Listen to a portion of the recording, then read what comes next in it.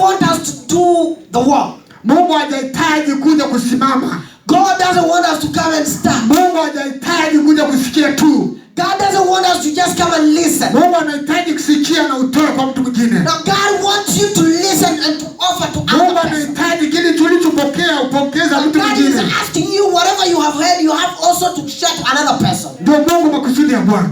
That is the will of God. Hallelujah. Amen. Kwa hiyo ndio kazi ya Mungu. That is the job of God. Nisipokuwa na kitu ndani yangu, If I have nothing in me.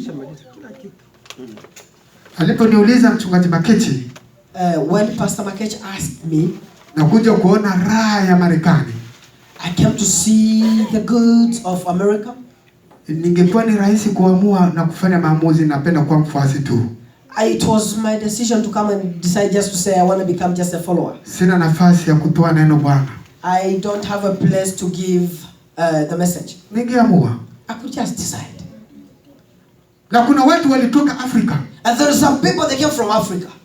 Walimwambia Mungu, ni ukinifikisha Marekani, They said, God, if you reach me then America, sijui nitakupa nini Mungu. I don't know what I will give you, God. Sijui nitasema nini. I don't know what to say.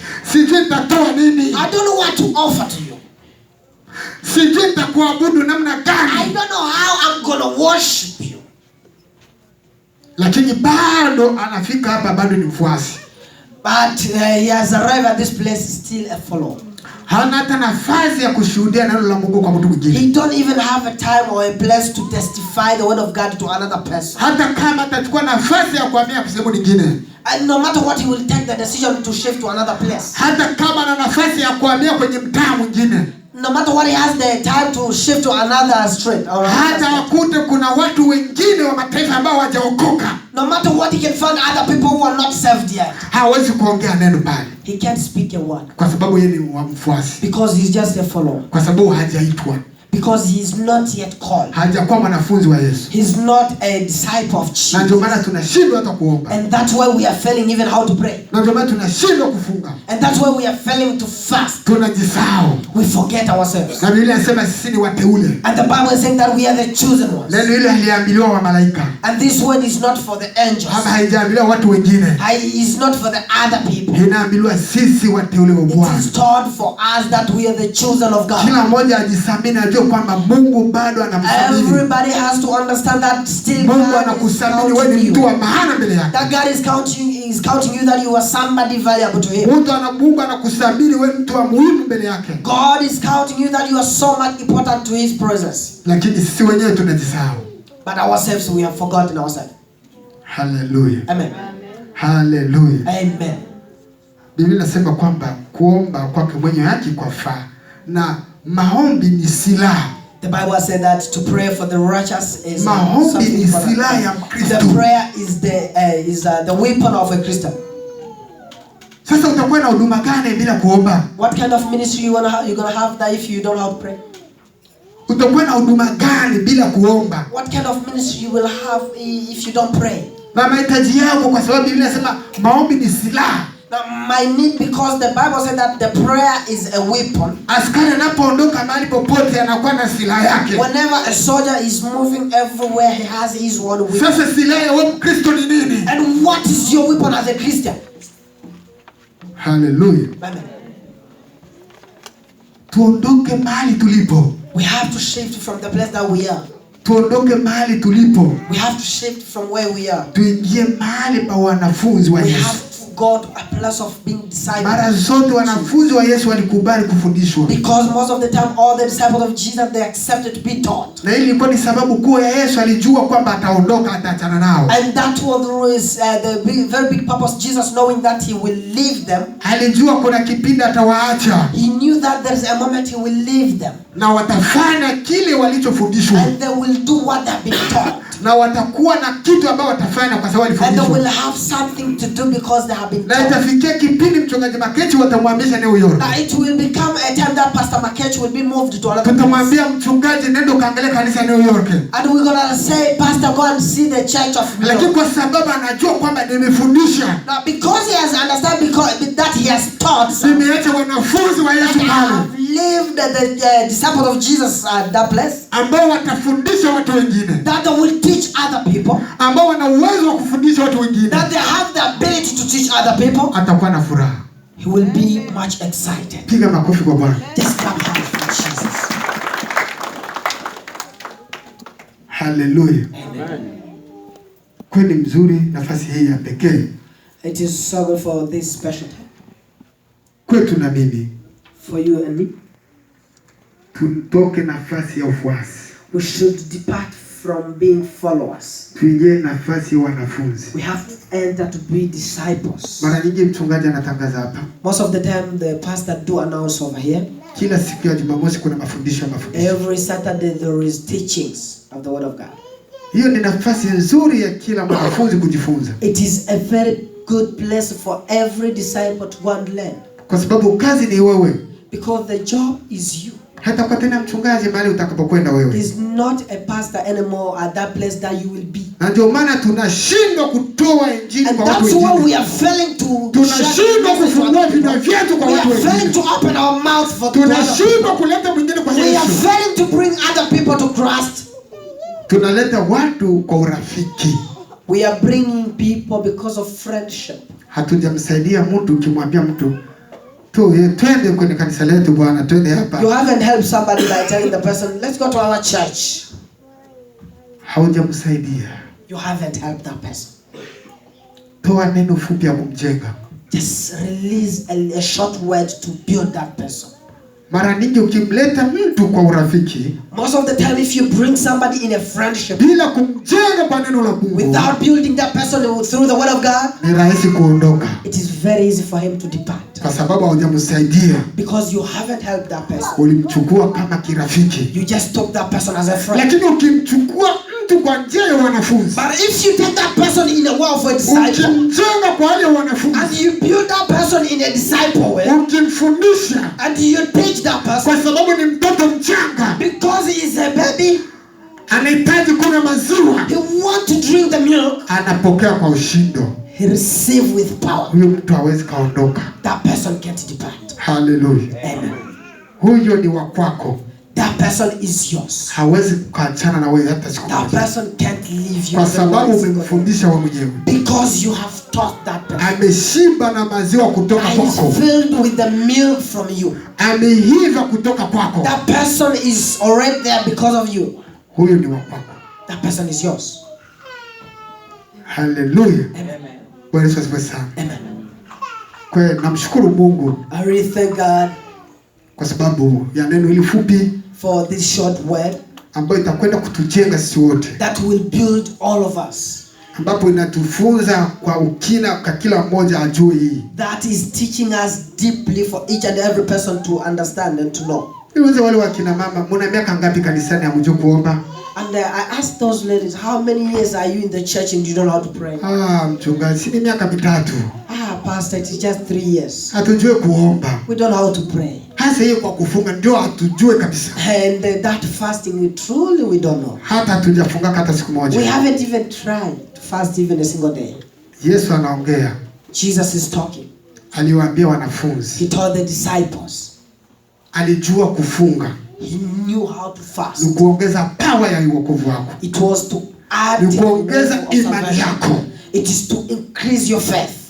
Hata kama ni mchungaji, no matter what is a pastor, ukifanya huduma bila kufunga, if you do the ministry or the ministry without fasting, is just zero. Bado haujatimiza viwango. You haven't yet completed what God wants. Hata kama ni mhudumu, no matter what you are serving, ukifanya masali bila kufunga, and if you are doing the services without fasting, hapo ni maagizo kutoka kwa Bwana. That is the command from God. Bado utakuwa kama mwanafunzi walioshindwa kumponya mgonjwa wa mapepo. Still you will be like a disciples who failed to heal the demons. hata kama tuko Marekani, no matter what we in America. Dar es Salaam alipofika pale, changamoto ilikuwepo pale. Na hii ni watu mara nyingi ni watu kuwa uchanga. There was some problems in that Dar es Salaam, and it is about people being children. Tunapoingia katika kifungo, and when we enter in the fast, mara nyingi unakuta ni wazee kuanzia miaka 60. Most of the time you will find that they are older people. Lakini kuanzia miaka 40 kushuka hawawezi kufunga. From 40s going down, those people doesn't fast. Hawawezi kuona kwenye vipindi vya maombi. You can't see them in prayer sessions. Anakuambia mchungaji, sisi tuko busy sana. And they will tell you, Pastor, we are so much busy. Tunajua hapa ni town, ni jiji. You know this is a town and it's a street. Mchungaji, jiji na mambo mengi. You know the town has a lot. Lakini kama umeitwa, but if you are called, kama wewe umeitwa, if you are called, unajua thamani yako mbele za Mungu, you have understood the value of you.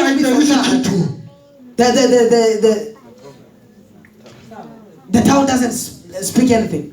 Bado Mungu anakuhitaji na jiji yako. God still wants you with your. Bado Mungu anahitaji umtumikie. God still wants you to serve him. Bado Mungu anahitaji kazi yako. God wants your job, I mean.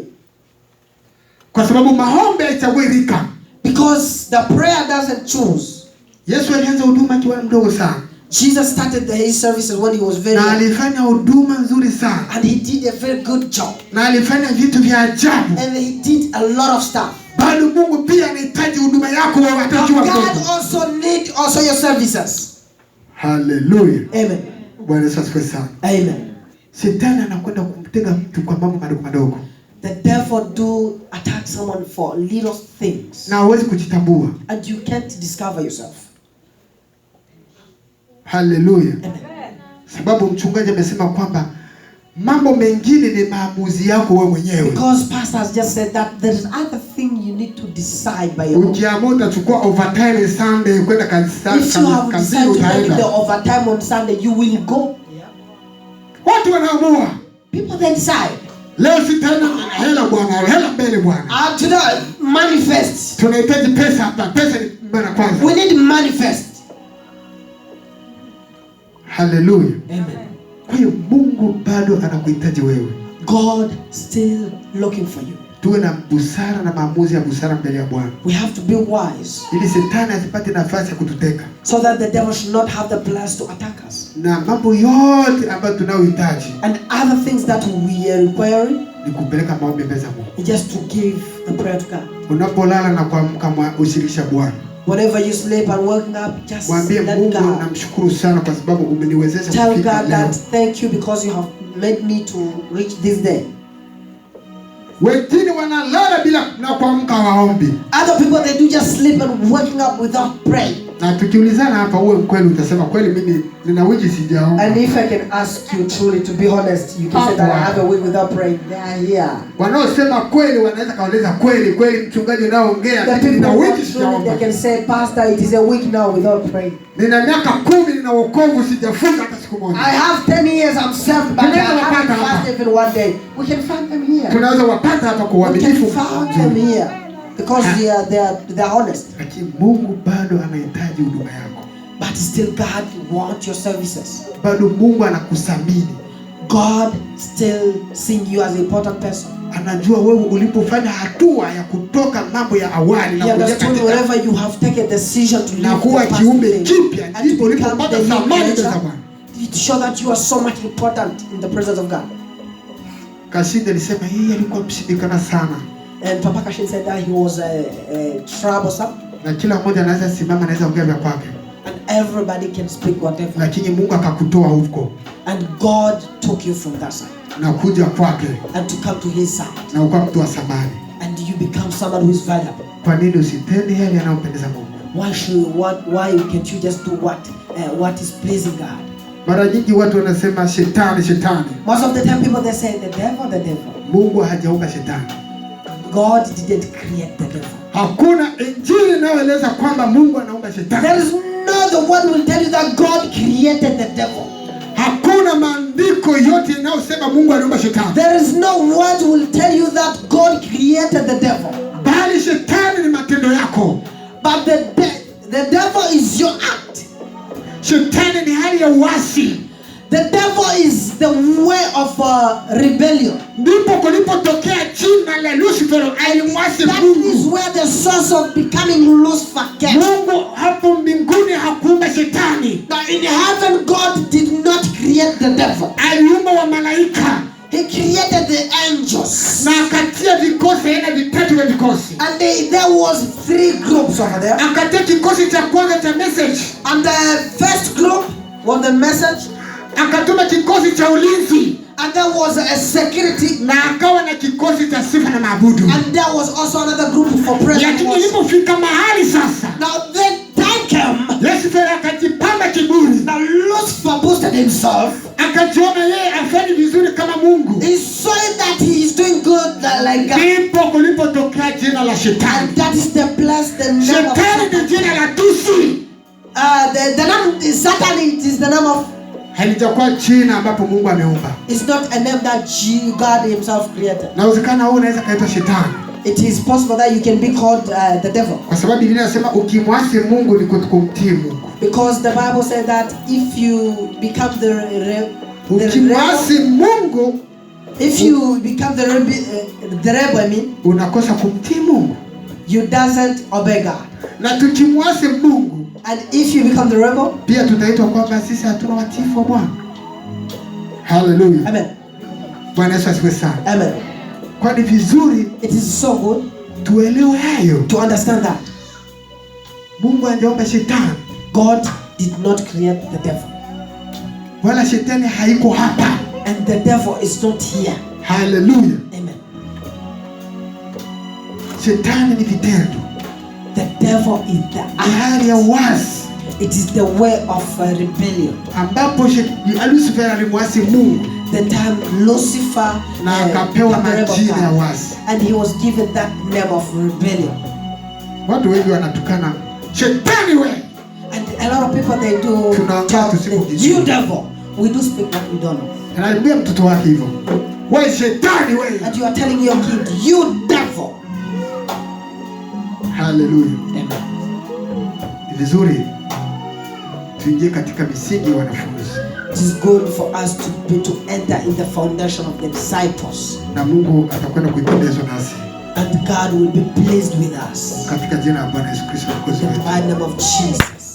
Naomba tuombe kwa ajili ya neno hili. Let's pray for this one. Naomba tuombe wote kwa ajili ya neno hili. Let's pray for this one. Kama ulikuwa mfuasi, if you were a follower, mwambie Mungu nafasi hii ipo. Tell God that this is time. Kama uko mwanafunzi wa Yesu, if you are a disciple of Jesus, anahitaji kufanya huduma, who want to do the ministry, anahitaji kuwakilisha neno la Bwana kwa watu, who want to fulfill the will of God, basi Mungu aendelee kukubariki. May God bless you. Basi tuombe mbele kwa Bwana. Baba, katika jina la Yesu Kristo, Baba, tunasema